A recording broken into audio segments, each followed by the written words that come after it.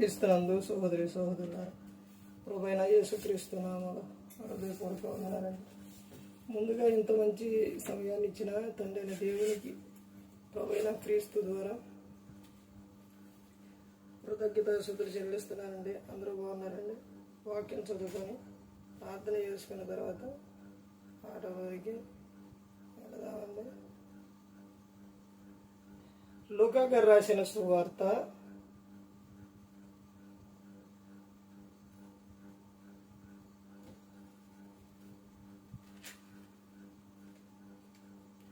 7వ అధ్యాయం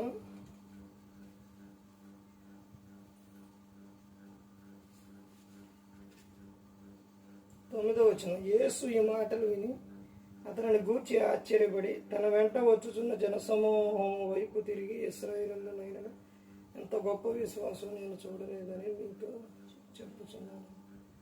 ప్రార్థన.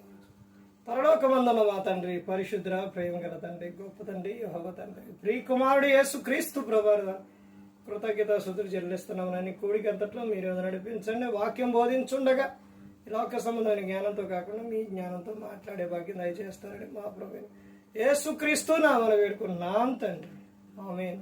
ప్రభు యేసు క్రీస్తు నామములో హృదయపూర్వకమైనది. దేవుని కుమారుడు యేసు క్రీస్తు ప్రభు ఈ లోకానికి వచ్చిన తర్వాత పరలోక రాజ్యం సమీపిస్తుంది కనుక మారు మనసు పొందమని ప్రకటింప మొదలుపెట్టు. అంశం పాఠం పేరు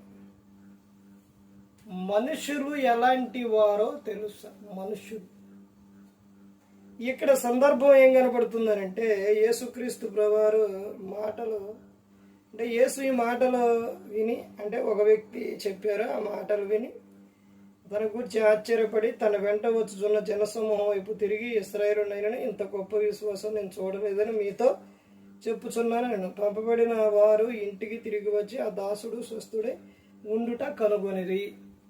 ఇక్కడ సందర్భం ఏం కనపడుతుందంటే, ఒక వ్యక్తి ఒక సందర్భం అంటే ఆ వ్యక్తి గురించి యేసుక్రీస్తు ప్రభువారు విన్న తర్వాత ఆయన ఎంత విశ్వాసం కలుగున్నారు అన్నదే ఇవన్నీ కూడా ఇక్కడ కనపడుతుంది. అయితే భూమి మీద మనుషులు ఎలాంటి వారనంటే, తిమోతి గారితో చెబుతారు, మనుషులు ఎలాంటి వారంట, స్వార్థప్రియులు, బెంకములాడువారు, అహంకారులు, ద్వేషకులు, దూషకులు, అవిధేయులు, తల్లిదండ్రుల కన్నా అవిధేయులు, కృతజ్ఞత లేనివారు, ఇవన్నీ కూడా ఇక్కడ కనపడుతూ ఉంటాయి అన్నమాట. అయితే ఇక్కడ మనుషులు ఎలాంటి వారో ఈ లోకంలో మనకు ఆ అధ్యాయంలో కనబడుతూ ఉంటుంది అన్నమాట. అంటే మనుషుల్లో ఎక్కువ కనబడుతుంది ఏంటి అని అంటే, అసూయ కనబడుతుంది, స్వార్థం కనబడుతుంది, కక్షలు కనబడుతుంది.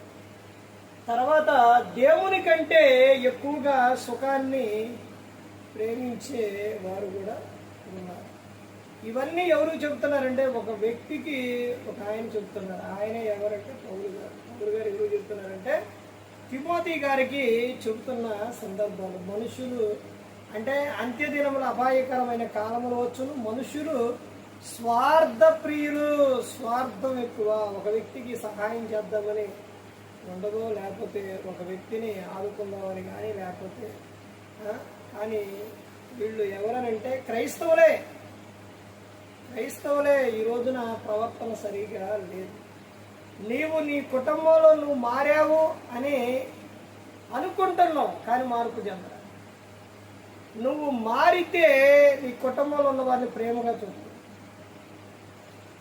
పిల్లలు వాళ్ళు ప్రయోజకులు అవ్వాలంటే, దేవునిలో ఉండాలంటే ఒకటే కారణం ఏంటి అని అంటే, నీవు నీ తండ్రిని తల్లిని ఎలాగైతే చూస్తావో, నీ భార్య పట్ల ఎలా ఉంటావో, నీ భర్త పట్ల ఎలా ఉంటావో, నీ కుటుంబంలో ఎలా ఉంటావో, అది వాళ్ళు చూసి నేర్చుకుంటారు.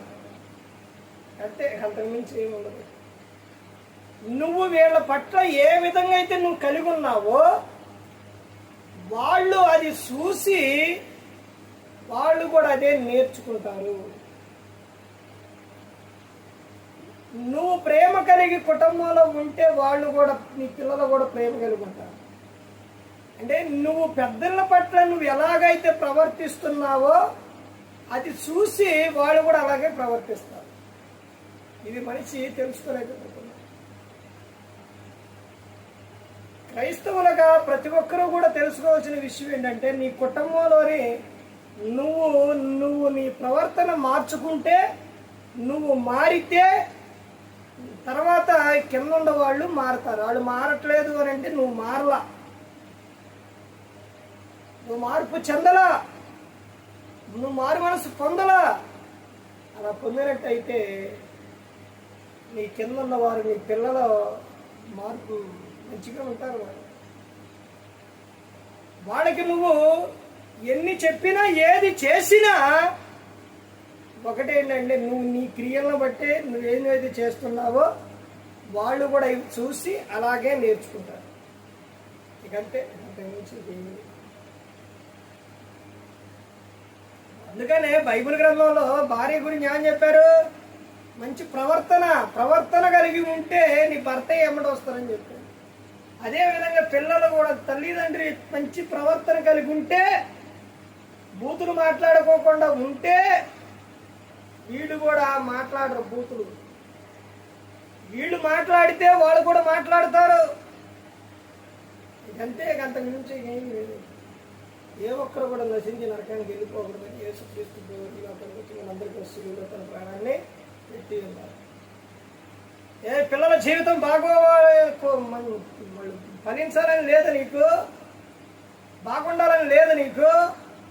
అలా ఉండాలంటే నువ్వు బాగుండాలి, వాడు బాగుండాలంటే నువ్వు బాగుండాలి, నువ్వు బాగుంటే వాడు బాగుండాలి. అంతే. యేసుక్రీస్తు ప్రభువారు ఎలాగైతే ఉన్నారో ఆయన నమ్ముకున్న వారు కూడా అలా ఉంటేనే బాగుంటాం. అది తెలుసుకోవాలి. మరి ఈ విధంగా నిలబెట్టి మాట్లాడించిన తండ్రైన దేవుడు కృతజ్ఞత స్తుతులు చెల్లిస్తూ శ్రద్ధగా ప్రభుత్వ చెల్లిస్తూ మాటలు ముగిస్తున్న అందరికీ